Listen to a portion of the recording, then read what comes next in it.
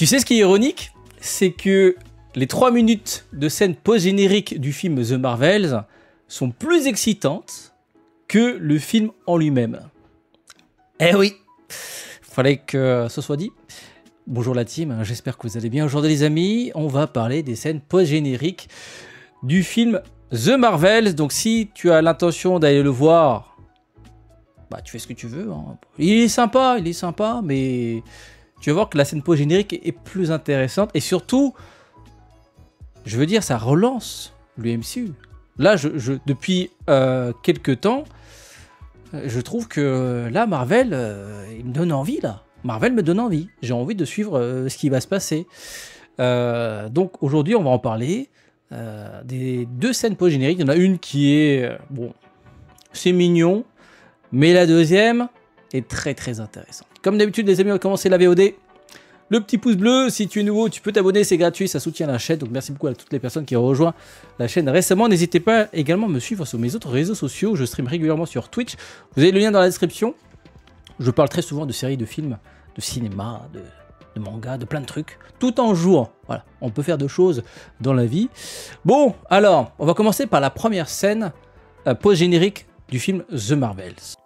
Dans la première scène post-générique, on retrouve notre Miss Marvel, Kamala Khan, pour les intimes.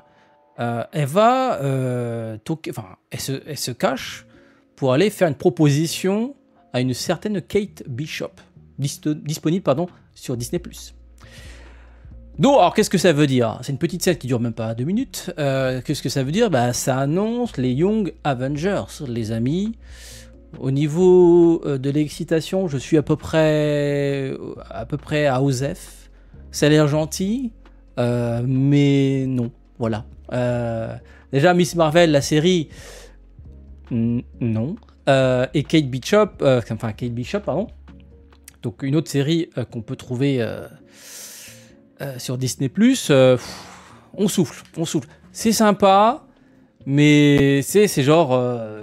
c'est une entrée, quoi. C'est sympa, mais le vrai plat, c'est pas ça. On est d'accord. Voilà. C'est mignon, mais bon. Dites-moi ce que vous en pensez. Bon, les Young Avengers, ok. Ce qui nous intéresse, c'est la deuxième scène post-crédit. Et là,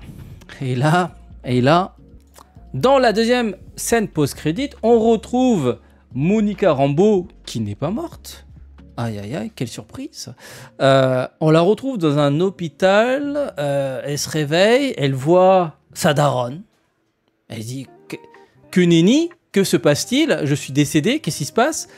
Et touche sa daronne. Enfin, le personnage qui interprète sa mère est devant elle, elle comprend pas, et donc le personnage qui est en face d'elle dit mais je ne suis pas ta mère. Qu'est-ce qui t'arrive là? On se connaît pas? Et là, gros point d'interrogation, on dit mais qu'est-ce qui se passe? Et là on voit une bête bleue, c'est pas un avatar, hein. On voit lui là entrer dans la pièce et dire qu'est-ce qui se passe? Bon, elle a l'air pas très bien cette jeune demoiselle. Donc on retrouve qui? Un certain Hank McCoy qui semble avoir retrouvé à l'aide, attention, important, à l'aide de Binary, ils ont retrouvé Monica Rambeau. Et après une rapide déduction, il a compris qu'elle a traversé le multivers, un truc comme ça. Bon, on est toujours dans cette ère multivers introduite par déjà plusieurs films, avec Doctor Strange. Puis on a eu Ant-Man, et puis on a eu les séries, la série Loki, saison 1, saison 2, et peut-être d'autres, peut-être aussi la série avec la sorcière rouge. Donc voilà, petit à petit, voilà, on a compris que après Thanos, on est dans le multivers, et là on est plein dedans, et donc là on retrouve les X-Men. On comprend qu'il doit faire un rapport avec Xavier, il n'y a pas 36 000 Xavier dans les X-Men. Donc c'est très très très intéressant. Je vous avoue que depuis quelques temps, hein, les films Marvel, j'y vais parce que tu sais, c'est comme une série, t'as envie de voir la fin, mais bon, tu y vas mais sans y aller. Enfin, si tu y vas, mais le cœur n'y est plus. Le cœur n'y est plus. En fait, ce qui m'intéresse, c'est la scène post-générique, en fait. C'est ça qui est horrible. C'est qu'il y a des films Marvel, maintenant, enfin, en tout cas, les derniers, là, les scènes les plus intéressantes sont les scènes post-génériques. C'est triste, mais on en est là, les gars. Les films durent 1h30. Déjà, tu tapes une demi-heure de transport. Tu tapes ensuite une demi-heure de pub au cinéma. Et ensuite, tu tapes le film 1h30, 2h. Pour finalement te taper 5 minutes de scènes qui annoncent des choses intéressantes. Ant-Man, c'est ça. Ant-Man, tout le film, c'est bon. On souffle, quoi. C'est mignon, c'est un peu moche. On s'en fout. Puis à la fin, tu dis d'accord. Intéressant. Tous ces Kang là. Donc voilà, on en est là. Et j'espère ne plus devoir ressentir ça. J'espère que les prochains films, on y va pour le film. Pour 1h30 ou voire 2h de lore, d'histoire, d'intrigue, des choses qui impactent. Là, j'avoue que en vrai, tu regardes les précédents films Marvel, enfin les films post-Thanos, c'est du remplissage, quoi. C'est du remplissage. Et là, depuis Loki saison 2, là, ça commence à être intéressant. D'ailleurs, je vous invite à aller voir la saison 2. J'ai fait ma petite vidéo critique. Très, très bonne série. Franchement, c'est ce qui se fait de mieux depuis l'ère Thanos. Hein. Clairement, Loki saison 2, c'est masterclass. Et là, la petite scène post-générique avec la fauve. Enfin, le fauve. C'est très intéressant. Donc, on devrait avoir prochainement les X-Men dans le MCU. Hâte de voir le casting, évidemment. Avant de voir les X-Men, on aura un autre film très très très attendu qui malheureusement a été repoussé. Le dénommé Deadpool 3 avec, on a eu droit à quelques photos avec Hugh Jackman qui revient en Wolverine. Ça aussi, ça c'est... Je crois que c'est un des films que j'attends le plus. Donc, on a le retour des X-Men, qui, je pense, sera un peu plus développé dans le film Deadpool 3.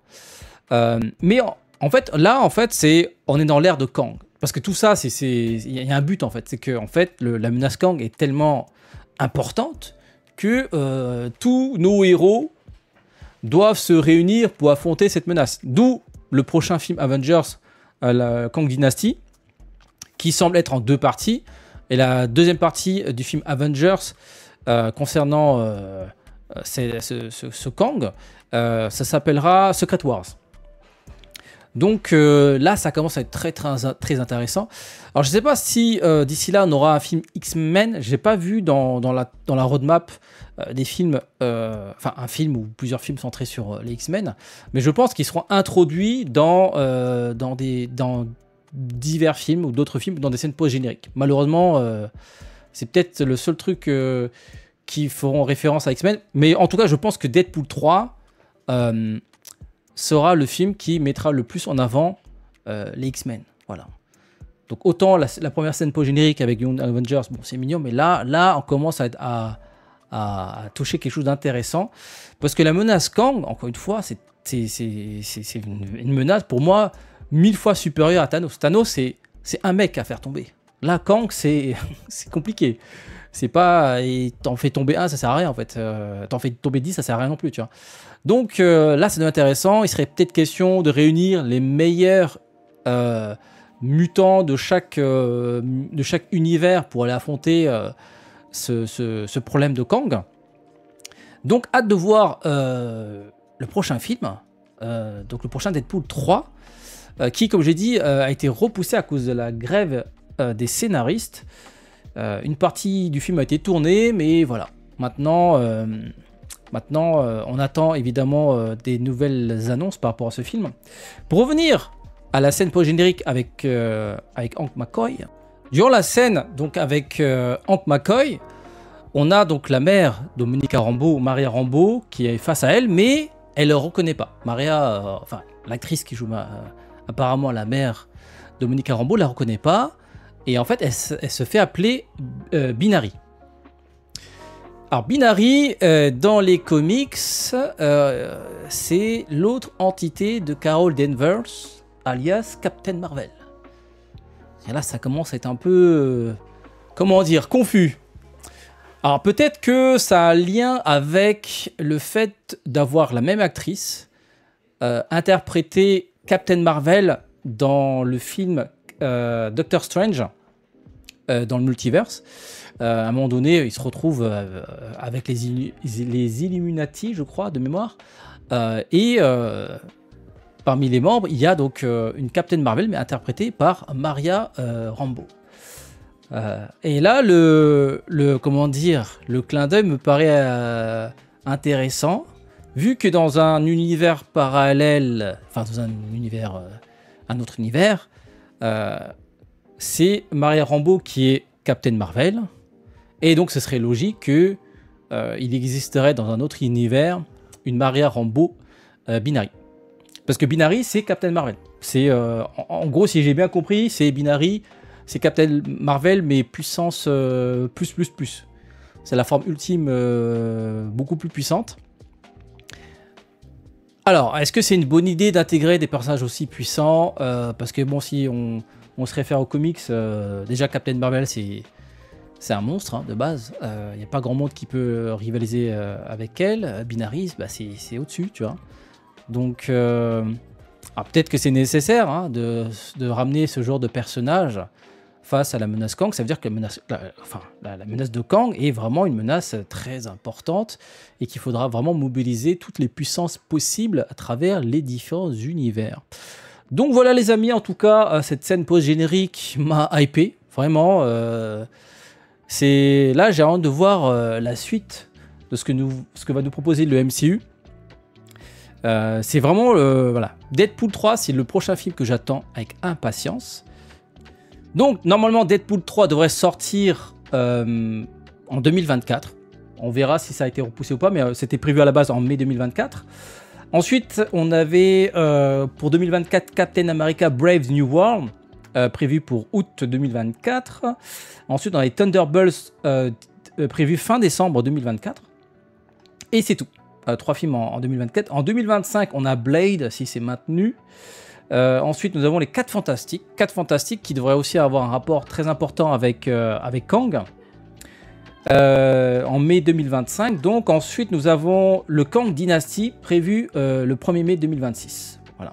C'est vrai qu'en 2025, on n'a pas grand-chose. Hein. Peut-être qu'il pourrait nous caler un petit X-Men. Un petit X-Men, voilà. Ça serait cool. Donc, voilà les amis. Dites-moi ce que vous en pensez de ces scènes post-crédit. Est-ce que ça vous a redonné de l'intérêt à ce MCU un peu fatigué après Thanos? Mais voilà, depuis Loki 2, enfin saison 2, et cette scène post-générique, là, je commence à être impatient. Voilà, ça fait longtemps que je n'avais pas connu ça. J'espère qu'ils vont continuer à favoriser la qualité au détriment de la quantité. Fini hein, les séries à la She-Hulk, même Miss Marvel, on souffle quoi. Pareil pour la série Kate Bishop, là, on souffle. C'est simple. Enfin, c'est quand t'as vraiment rien d'autre à faire, voilà, mais non quoi, on veut pas de ça. Donc voilà les amis, sur ce, passez une très bonne journée. Le petit pouce bleu, n'hésitez pas à me suivre sur mes autres réseaux sociaux, n'hésitez pas également à vous abonner. Portez-vous bien et à très bientôt pour d'autres vidéos.